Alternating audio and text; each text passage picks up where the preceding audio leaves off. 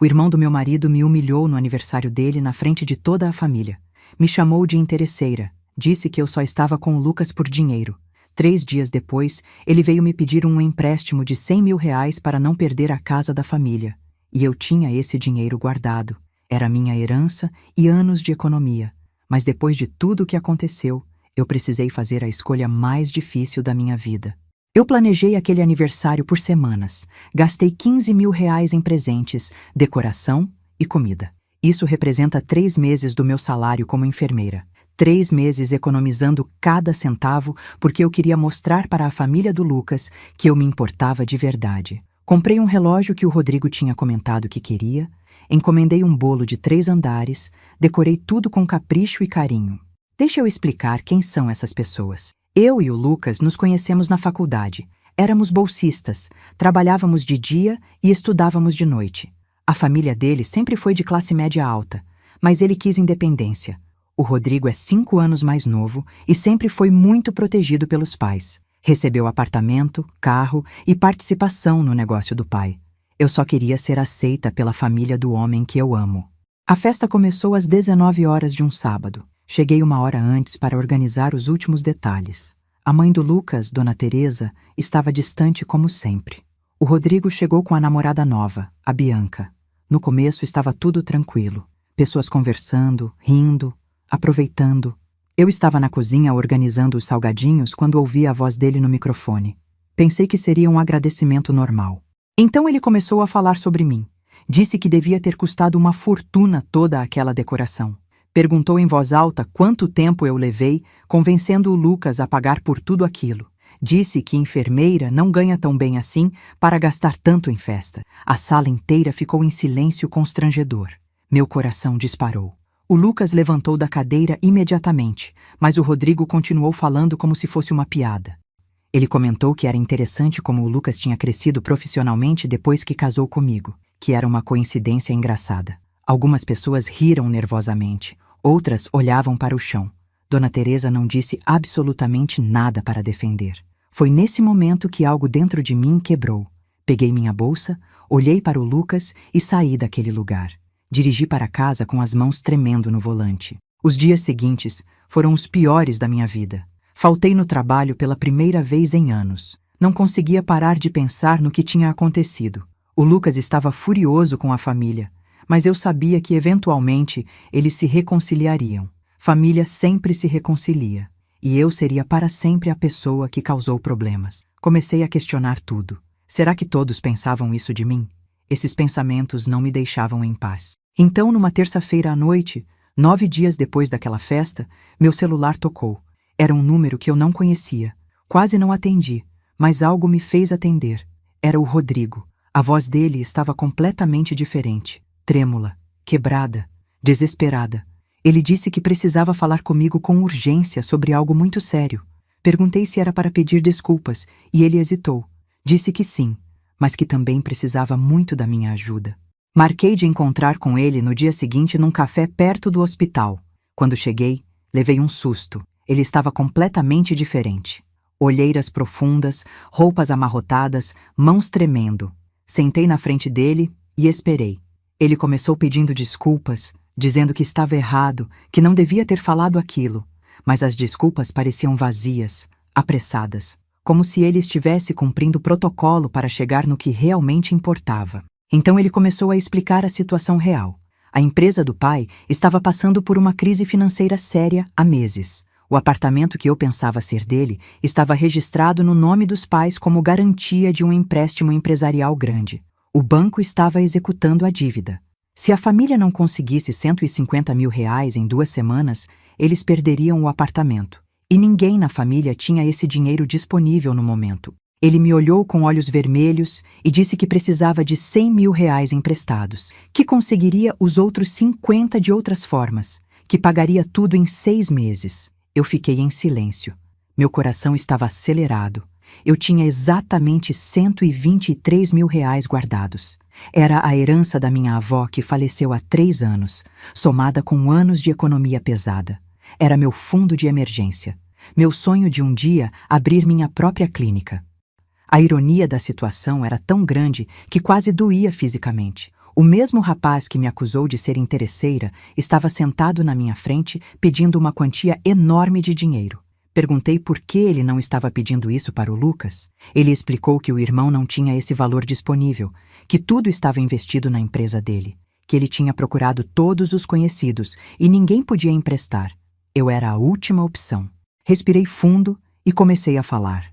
Disse que precisava de tempo para pensar, que era muito dinheiro e uma decisão muito séria. Ele começou a ficar desesperado, dizendo que o tempo estava acabando, que a família inteira dependia disso. E foi nesse momento que eu percebi algo importante. Ele ainda não tinha entendido a gravidade do que fez comigo. Ainda achava que um pedido de desculpas rápido resolveria tudo. Eu disse: Rodrigo, você me humilhou na frente de 50 pessoas, questionou meu caráter, meu amor pelo seu irmão, minha dignidade. Tudo o que eu fiz foi com amor genuíno pela sua família. E você jogou isso na minha cara como se eu fosse uma aproveitadora. Agora você quer que eu use meu dinheiro, que eu juntei com muito sacrifício, para resolver um problema seu. Você consegue entender como isso soa para mim? Ele começou a chorar de verdade. Disse que estava completamente arrependido, que não sabia o que tinha dado nele naquele dia, que a mãe tinha colocado algumas ideias na cabeça dele, mas que não era desculpa. Disse que aprendeu a lição da pior forma possível, que agora entendia o valor das pessoas e das relações. Mas eu estava dilacerada por dentro. Uma parte de mim queria ajudar porque é família. Outra parte estava profundamente ferida. Saí daquele café sem dar uma resposta definitiva. Disse que precisava de 2 dias para pensar. Passei aquela noite inteira acordada pensando. Conversei com o Lucas e contei tudo. Ele ficou surpreso com a situação, mas disse que a decisão era completamente minha, que ele apoiaria qualquer escolha que eu fizesse. Aquilo me fez amar ele ainda mais, mas não tornava a decisão mais fácil. No dia seguinte, liguei para o Rodrigo e disse que não poderia emprestar o dinheiro. Expliquei que aquela quantia representava minha segurança, meus sonhos, anos de trabalho duro, que depois de tudo o que aconteceu, eu não tinha a confiança necessária para fazer um empréstimo desse tamanho, que ele precisaria encontrar outra solução. Do outro lado da linha, só ouvi silêncio. Depois, um obrigado fraco e ele desligou. Os dias seguintes foram terríveis. Dona Teresa me ligou várias vezes, deixando mensagens, algumas pedindo ajuda com educação, outras mais ríspidas. Seu Antônio, o pai do Lucas, mandou uma mensagem longa explicando a situação da família e pedindo que eu reconsiderasse. Meu coração doía.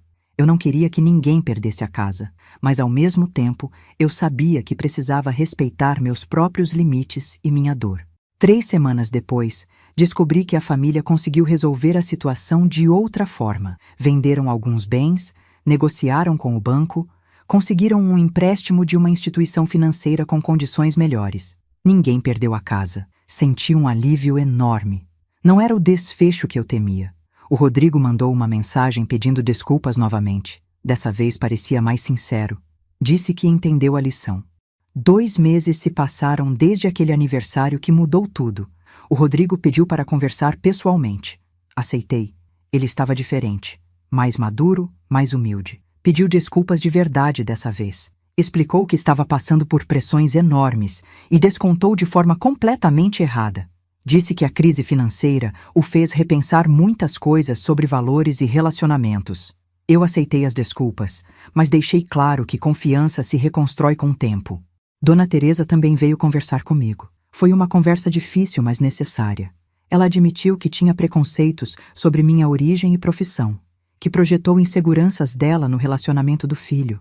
Pediu desculpas sinceras. Disse que viu como eu realmente amo o Lucas durante toda essa crise. Não foi fácil ouvir, mas foi importante. Aceitei as desculpas dela também, sabendo que o processo de reconstrução seria longo. O Lucas me perguntou se eu me arrependia da minha decisão. Pensei bastante antes de responder. Disse que não me arrependo de ter colocado meus limites, que aprendi que amar não significa se anular, que perdoar não significa esquecer imediatamente, e que às vezes as pessoas precisam enfrentar as consequências das próprias escolhas para realmente aprenderem e crescerem. Ele concordou e me abraçou forte. Hoje meu relacionamento com a família do Lucas está se reconstruindo aos poucos. Não é perfeito, ainda tem momentos desconfortáveis, mas existe respeito agora. Existe compreensão. O Rodrigo mudou bastante. Está trabalhando mais, valorizando mais as relações, pensando antes de falar. A crise financeira foi difícil, mas ensinou lições importantes para toda a família. E para mim também. Aprendi coisas valiosas com toda essa situação. Aprendi que colocar limites não é egoísmo, é amor próprio. Que você pode ter empatia pela dor de alguém sem necessariamente resolver os problemas dessa pessoa. Que perdão é um processo, não um evento único. E que relacionamentos verdadeiros sobrevivem a conflitos quando existe vontade genuína de crescer e melhorar de ambos os lados. Aqueles R$123 mil ainda estão guardados, continuam sendo meu fundo de emergência e meu sonho da clínica, mas agora eles representam algo mais. Representam minha capacidade de fazer escolhas difíceis, de respeitar meus próprios limites, de não me deixar manipular por culpa. E de entender que ajudar os outros não pode vir ao custo de me prejudicar profundamente. Se você está passando por algo parecido, saiba que não existe resposta certa ou errada. Cada situação é única. Cada pessoa tem seus limites. O importante é ser honesto consigo mesmo sobre o que você consegue dar sem se perder no processo. É possível ser bondoso e ao mesmo tempo firme. É possível perdoar e ao mesmo tempo manter distância até se sentir seguro. Deixa nos comentários sua opinião sobre essa história. Um abraço para todos. Até a próxima.